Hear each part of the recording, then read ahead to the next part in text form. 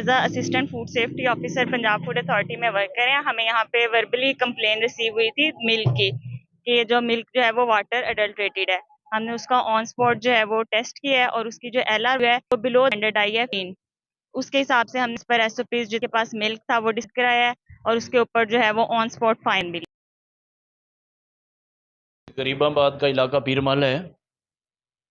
तो यहाँ ड्यूरिंग ये मुहर्रम उल हराम की ड्यूटी के सिलसिले में हम राउंड पर थे, तो मुझे एक कंप्लेंट रिसीव हुई है टेलीफोनिकली कि मुहर्रम उल हराम के सिलसिले में जो सबील्स लगाई गई हैं वहाँ पर जो दूध जा रहा है वो कुछ गैर मियारी और पतला दूध है। ज़रूरत से ज़्यादा उसमें जो है वो पानी डाला गया था। तो उसमें उसमें वाटर की जो परसेंटेज है तो मोर देन 50% थी।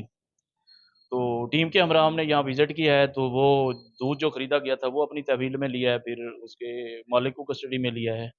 जवेद इकबाल नाम के ये शॉपकीपर हैं। फिर हमने डिप्टी डायरेक्टर टोबरटेक सिंह जो हैं ये यासिर साहब उसको इतला दी है और उनकी जो है टीम आई है मेरे पास। तो हमने इसके सैंपल चेक किए हैं।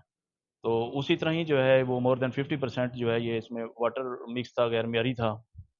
तो हम उनके खिलाफ जो है वो कानून के मुताबिक कार्रवाई कर रहे हैं, फूड की टीम इनको फाइन भी कर रहे हैं और भी जो सूटेबल इसके अप्रोप्रिएट जो लीगल एक्शन है वो हम कर रहे हैं। और ये जो दूध है गैर मियारी और पानी वाला जो दूध है इसको भी हम तलब करने जा रहे हैं।